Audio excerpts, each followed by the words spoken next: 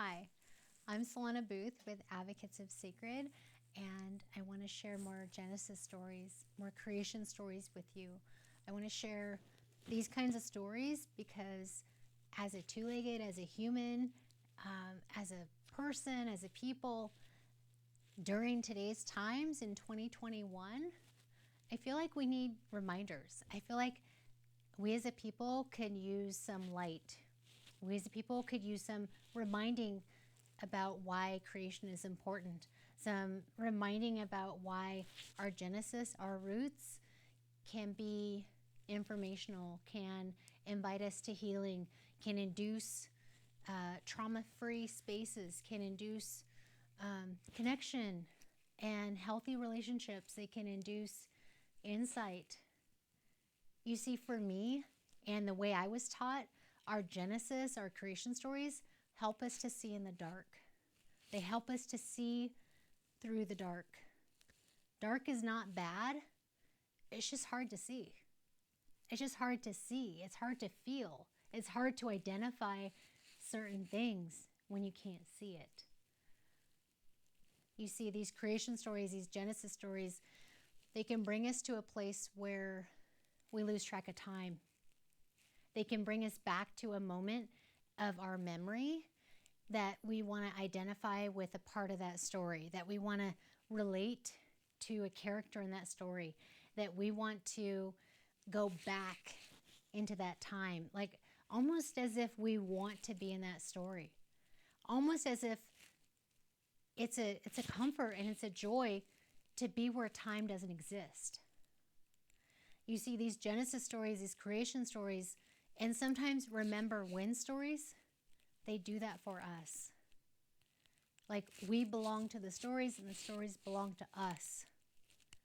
That duality, that relationship is important. It's important for us to go into where time doesn't exist. It's important for us to be invited into that space. It's important for us to invite others into that space, because it's only in that space inside of us that all these connections happen. That, like, you can call it synapses, you can call it activation of epigenetics, you can call it remindings and memories. You can call it our ancestors celebrating, or our ancestors problem solving. You can call it whatever appeases you. And whatever you call it, just know that going into that space is what your body, what your spirit, what your mind, what your heart needs to get to the next tier, to solve that problem, to resolve that conflict, to partner with somebody, to partner with a plant, to partner with a tree, to partner with that animal, with that friend, or with that job, or with that school. You see, there's a balance, and there's a protocol to our being human. There's a protocol because at some point we were in our mom's tummy. At some point we were like just in utero. We were just in water. At some point we didn't have a physical voice. We only had our prayers. We only had our thoughts. At some point we were birthed. We were entrusted to be birthed. That guardian, that provider, entrusted us to be born. So we survived being in utero. We survived being in that water. We survived all of that. That was the first thing that we survived. That was the first thing that we championed. The second thing that we championed was cutting that umbilical cord. The second thing that was entrusted in us was to breathe on our own, was to be able to eat with our mouth, with our body. That umbilical cord was cut, like physically cut. So every single one of us was born and then got our umbilical cord cut. So at some point, for every single one of us, at some point, those two things happened. Those two things happened. The beginning of our Genesis, the beginning of our creation stories, the beginning of that renewal, And so sharing these creation stories with you, sharing these Genesis stories with you is just, I'm hoping that you can work on your own creation story, that you'll sought after your tribal Genesis stories, your indigenous, your wherever your roots come from, your territories, that you look after those stories, because they'll tell us things. They'll bring us to that space where time doesn't exist. Our bodies remember those moments when we were physically being born, whether it was being pulled out of our mother's uterus by cesarean section, or whether it was being vaginally birthed. That's where time didn't exist for us. That moment that we took our first breath, our first cry, when that umbilical cord was cut, time did not exist. I guarantee that. There was no keeping track of time. It was just constant curiosity, constant love, constant trust. Just knowing that this is a process. That where time doesn't exist is where process can happen. That where time doesn't exist is where it's so important to be in love, to be in trust.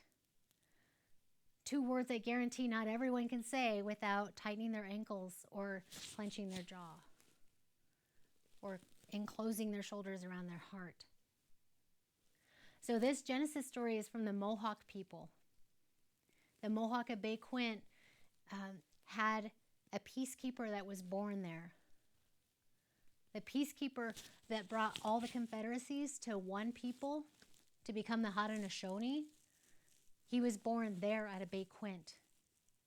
But you see, long, long ago, when he was little, and he's a little person, a little guy, a young person, curious about life, curious about everything. He would physically be on the ground, crawling on the ground, climbing trees, so curious, so loving, so trusting. He crawled up this hill long, long ago when he was little. The peacekeeper was little. He crawled up this hill and he heard and he felt something. He felt something in his heart. He felt like he was going to see something when he got to the top of that hill. He felt like he was going to see something he'd never seen. And sure enough, that's exactly what happened. He got to the top of that hill and he was watching this toad kind of come out of this hole. He was like, okay, I've seen toads before. That's familiar. And in his peripheral, on the right side, came a snake. You see, he had never seen a snake and a toad be close together like that. He had a feeling the snake was going to keep coming. He had a feeling, and sure enough, the snake kept coming closer to the toad. Both of them were wanting to be in that hole.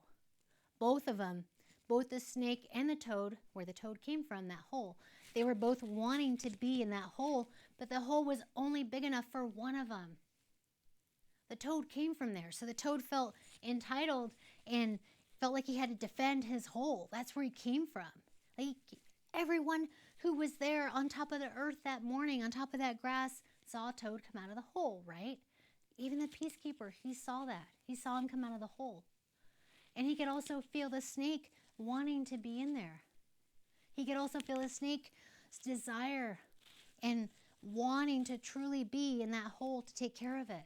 He can feel all of that. You see, he was so attuned. He can feel the love the toad had for that hole. He can feel the wanting to be in that hole so badly by the snake. He felt all their feelings as if they were his feelings. He felt those from the toad and the snake. Pretty soon he felt something he never felt before. Pretty soon he felt an aggressive, like a fighting kind of feeling, to where his breath was becoming shallow. He could feel the toad open his mouth to bite the snake. He felt the snake open his mouth to bite the toad. He was feeling all of that. And then sure enough, he saw it. Sure enough, he saw the toad eating the snake and the snake eating the toad. And both of them were eating each other. And both of them were almost have devoured each other. But the peacekeeper stopped him. he stopped him and he put his hand on the snake and the hand on the toad, and he tried to like pull their mouths off of each other physically, and he was like struggling to pull them away from each other. That he told them both in that moment, he said, if you keep eating each other, you'll both be gone. Stop eating each other. We can figure this out. And he both was just holding both of them tenderly, like he didn't want to hurt them. You see, because he felt them, he felt their love, and he felt their connection to the whole, and he felt them being angry, and he felt them wanting to eat each other. He can also feel their remorse. He can also feel their pain. The pain of wanting something so bad that you'll take another for it. He felt all of those feelings in him, and he knew that hurt, but he didn't know where. He knew that if he just held both of them in his hands, the snake and the toad, that they would eventually take their teeth off of each other. That he just kept telling them that both of you deserve a home, and both of you need to stop. I will not allow you to eat each other anymore. And then finally, they both took their teeth off of each other, and they both had some damage. They both had some damage from their teeth on each other, trying to eat one another. That the little peacemaker, he held both of them, and he held them in front of that hole that they were eating each other for. And he pointed out, we can make more, or you two can share it, or, both of you can figure out how you're going to live here. But I will not let you eat each other. That's not acceptable. Now you're both going to have to heal those wounds. You got bite marks on you. You got blood on the grass. Now we got to heal those wounds.